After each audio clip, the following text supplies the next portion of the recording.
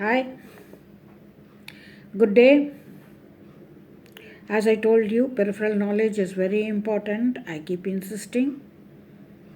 And when you are knowledgeable, mind you, your brain cells will develop. As I told you, as you program a computer, each programming will send electrical impulses, thereby the whole computer gets programmed.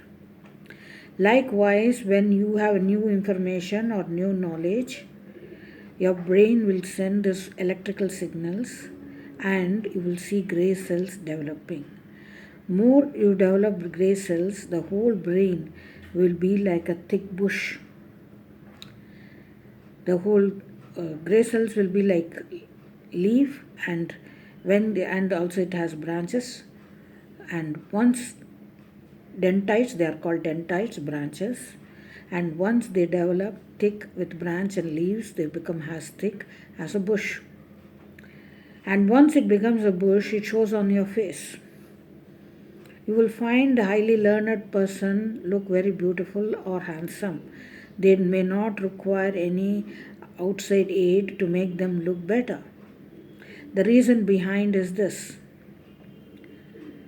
Likewise, here I am going to talk on history. Alexander the Great, all of you would have heard, the earliest person or a leader to be looked upon or admired or get inspired in some of his qualities which are very important. History is very important because not only we learned lesson from them, the mistakes they do, blunders they do, but also get inspired with some of them, which I will be dealing with you, bringing it to you, Indian as well as international, in every area. Each one had their own unique way or unique capabilities which came into forefront. Alexander the III was from Macedonia. His dynasty was called Andad dynasty. It was around 350 BC. And he was known to be the greatest military general. His father, Prince Philip, married his mother when she was 12-year old. He liked her and he married her. Within 3 years, Alexander was born. Later on, that mother went up to become a very ruthless person and strong-willed. Story goes that his father married again and his wife begotten another son. It was not liked by mother as well as Alexander, but mother was more proactive. She planned to kill him and induced his wife to commit suicide and thereby destroyed the whole family. Even the son she eliminated, and her only son Alexander remained to rule over Macedonia. Macedonia is in Europe and Greece. You can go to the map and see. The why he was known to be great, because in those days he developed the kingdom was so large or so big that the population was more than the whole population of the whole world population.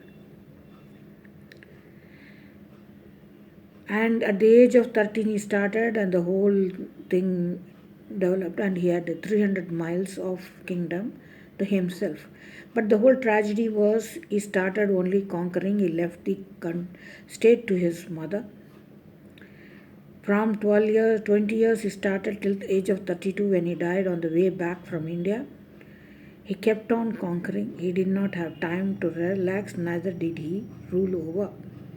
The whole thing was done by his own mother, and she was a strong-willed and capable person, but she was a very authoritarian ruler.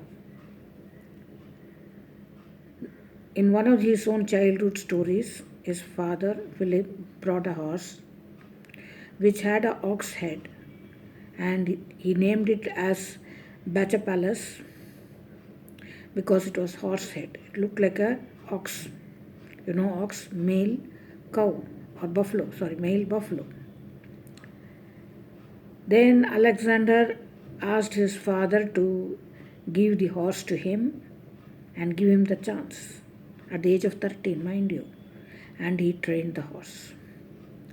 The father was very impressed and he told him, "Son, find yourself another kingdom, because when you grow up, Macedonia will not be big enough for you."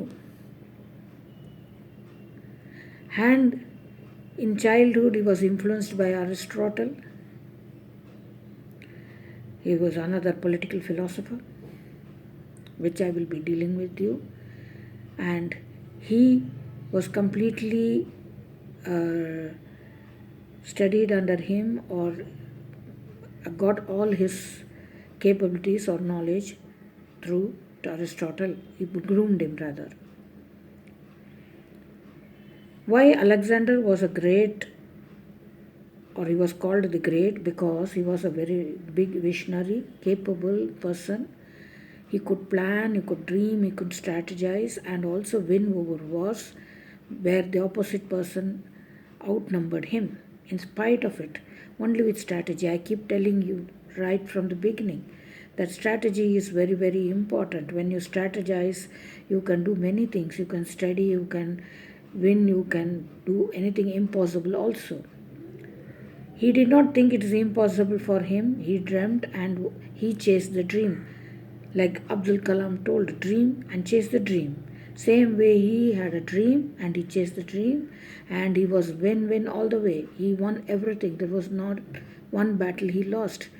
Though there is a contradictory statement that when he came to India, he attacked the Mong, which is now in Pakistan, which was ruled by King Porus. All of you would have studied in your history class in younger years. And he conquered him and he asked him how he want to be treated. The Porus told, like a king. Story goes, but there are some believe that Porus defeated Alexander, because the reason is when Alexander crossed along with his army the Beas River, they refused. They were very exhausted completely, so they refused to go forward. Alexander got very angry and he beheaded most of them. He was ruthless. My way or highway, that was his nature. In those days, it was very common for king to be that way. And they always say that a head of the state should not be head of the army. But for Alexander, it suited him well. And he was head of the army as well as state, though his mother was his proxy, was looking after the place for him.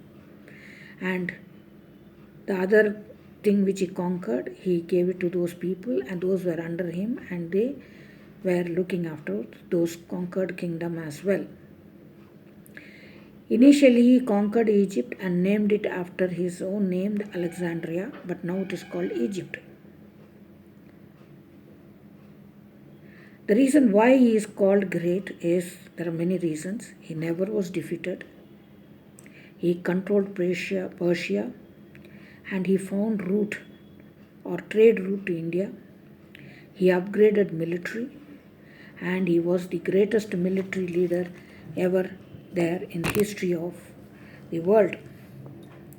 You have to consider his state or his time when he was in BC, 356 BC. BC used to go backward. So even if it goes backward, it is nowhere near AD. So in those days with limited resources, how he could get it right and do it, that is why he is called Alexander the Great. I hope you are all very happy with this input. I will be coming out of these sort of topics that is relevant, which will give you inspiration as well as insight, and also learn from their mistake. Like I told you, Alexander never stayed in place. He never rested. He was always on the move conquering. And he never felt that he should stay back and rule for some time. That was his error. Otherwise, all his military exploits were all successful, and he was very successful as a military leader in those days. Hope you like this video of mine, my input? If so, give thumbs up, subscribe and share for the benefit of others. Thank you. See you in the next video with a different person. Thank you.